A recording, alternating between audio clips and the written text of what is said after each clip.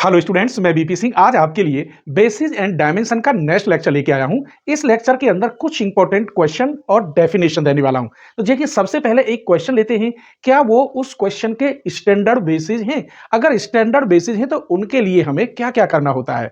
Standard basis के लिए जो सबसेट एस होता है वो लीनियरली इंडिपेंडेंट होता चाहिए।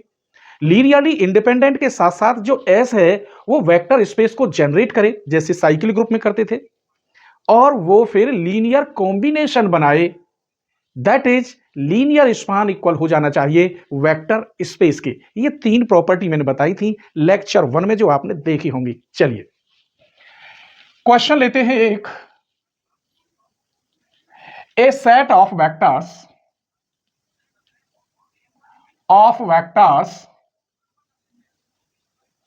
एस इक्वल 1 0 0 0 1 0 और 0 0 1, ये सेट है और ये कह रहा है इज स्टैंडर्ड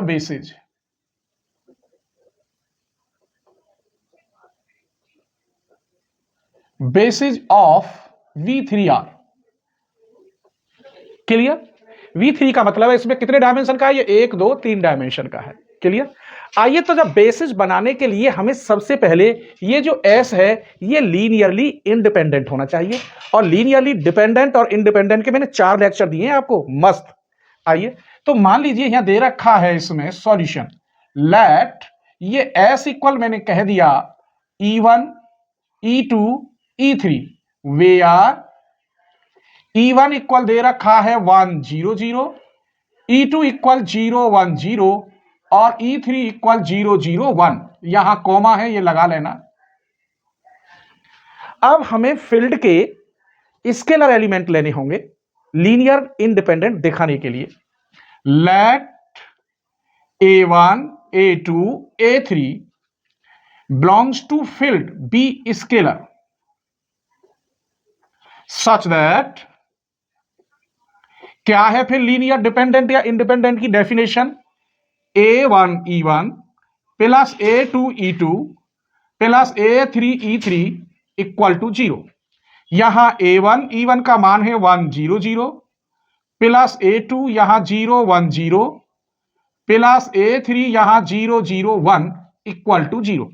इसे मैं सॉल्व करूं, A1 A2 और A3 इक्वल 0 आ जाए तो यह लीनियरली इंडिपेंडेंट होता है। ठीक है, तो इस 1 में मल्टीप्लाई करोगे A1, इसमें करोगे 0, इसमें करोगे 0, तो इक्वल टू पहली 0 आ गई। अब दूसरे में करोगे इसकी 0, इसकी दूसरे में करोगे तो यहां A2, इसकी दूसरे में करोगे 0 फिर 0। यहां देखिए तीसरे में करोगे 0 0, यहां बचेगा A3 इक्वल 0। हमने यहां क्या देखा?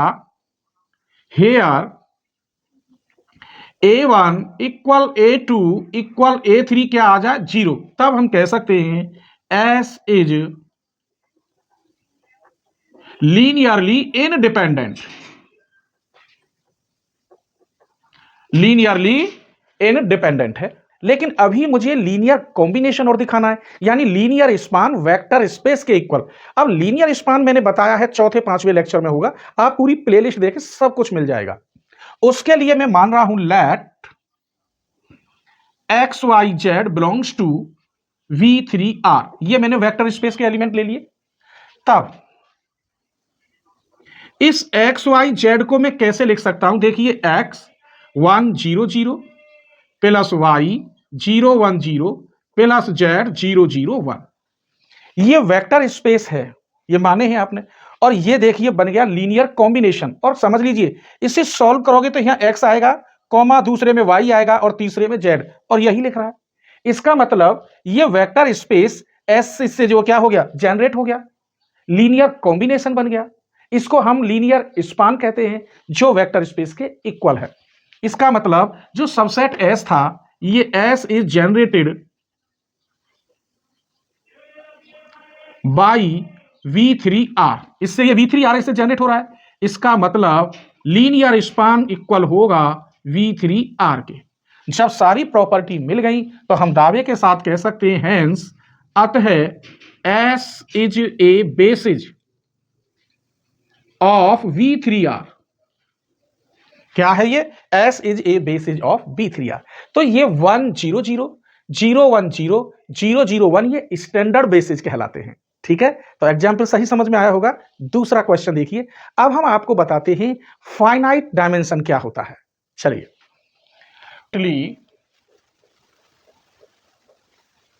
जनरेटेड स्पेस, तो इसकी दो लाइन है, बहुत छोटी सी लाइन लिखी है। डेफिनेशन तो डेफिनेशन के अकॉर्डिंग होगी। देखिए, let VF is a vector space,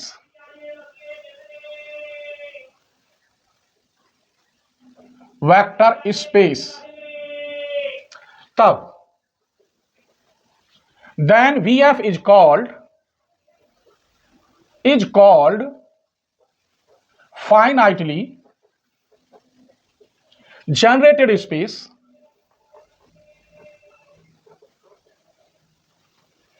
या और finite dimension, finite dimension if, क्या शर्त है? If there exist finite subset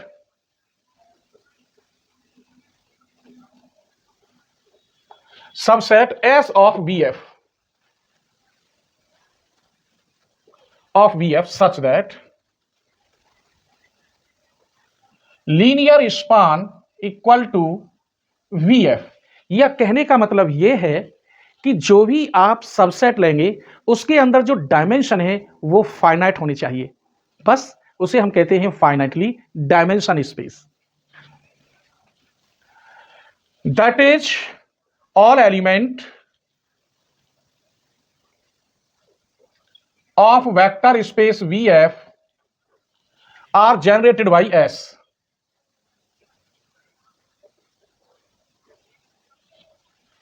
चलिए दोबारा फिर समझ लीजिए, VF एक वेक्टर स्पेस है, तब VF फाइनाइटली जनरेटेड स्पेस कहलाएगा या फाइनाइट डायमेंशन कहलाएगा। कब? जब फाइनाइट सबसेट हो वेक्टर स्पेस के और उसको हम ऐसे लिख दें, linear span equal to V3R के रूप में, तो वो क्या कहलाते हैं? Finitely generated space.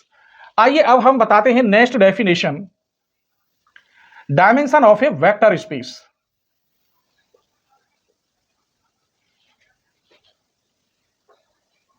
Of A vector space कुछ नहीं है, ये क्या डायमेंशन का है? 3 डायमेंशन का है। ये 3 डायमेंशन का है। ठीक है, आइए तो इसकी एक लाइन है वो लिखते हैं, the number of vector space, number of vector space in the basis of vector space of vector space VF is called dimension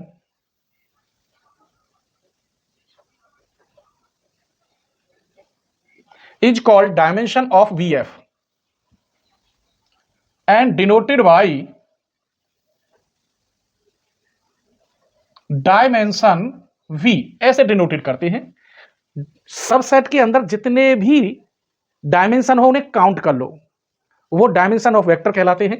जैसे एग्जाम्पल लेते हैं, S इक्वल 1 0 0 0 1 0 0 0 1, ये डायमेंशन तो है इसके अंदर, बिना डायमेंशन के तो बनेगा ही नहीं है। लेकिन कितने डायमेंशन है? 1 2 3, और हर एक के अंदर 3 3 एलिमेंट हैं। तो is basis of V3R, that is, यहां डायमेंशन V कितने निकले? 3। तो ये यहां तक आपको वीडियो कैसी लगी? प्लीज एक प्यारा सा कमेंट जरूर करना, ठीक है? स्क्रीनशॉट ले लीजिए। और लेक्चर 3 में हम आपको टॉप मोस्ट थ्योरम और क्वेश्चन कौन कौन से देने वाले हैं वो देख लीजिए। लेकिन जब पूरा लीनियर अलजेब्रा आपको करना है क्रम बाई क्रम, तो आप चैनल की मेंबरशिप ले लीजिए, वरना आप मेरी वीडियो देखेंगे कुछ किसी और की देखेंगे, उससे कभी कुछ नहीं होता। ऑफलाइन में आप 4000 रुपए देते हैं, क्या ऑफलाइन में एक बुक की कीमत नहीं दे सकते? तो आप चैनल के डिस्क्रिप्शन में जाएं, फुल कोर्स BSc MSc वाला लेवल ही लें, उसी से सारी वीडियो ओपन होती हैं। ठीक है, देखिए सबसे पहले हम बताएंगे कोऑर्डिनेट्स, क्योंकि इसमें कोऑर्डिनेट की जरूरत पड़ेगी और एग्जाम्पल के साथ बताएंगे। फिर उसके बाद एक टॉप मोस्ट क्वेश्चन है, ये बेसिस दे रखे हैं, ये वेक्टर दे रखे हैं, तो कोऑर्डिनेट हम कैसे निकालेंगे। दूसरा ये क्वेश्चन बताएंगे, set of vectors in V3R where R is the real field number then so that S is basis of V3R, ये बेसिस है, एंड फाइंड द कोऑर्डिनेट, इसमें भी हम कोऑर्डिनेट बताएंगे। उसके बाद टॉप मोस्ट थ्योरम, हर बुक में फर्स्ट थ्योरम होगी। एक्सिस्टेंस थ्योरम बताएंगे, इसका स्टेटमेंट क्या है, there exist a basis for each finite dimensional vector space. तो ये टॉप मोस्ट हम लेक्चर 3 में लेके आ रहे हैं। उम्मीद करते हैं आज का लेक्चर पसंद आया होगा और अपने फ्रेंडों को आप जरूर शेयर करेंगे। स्क्रीनशॉट ले लीजिए।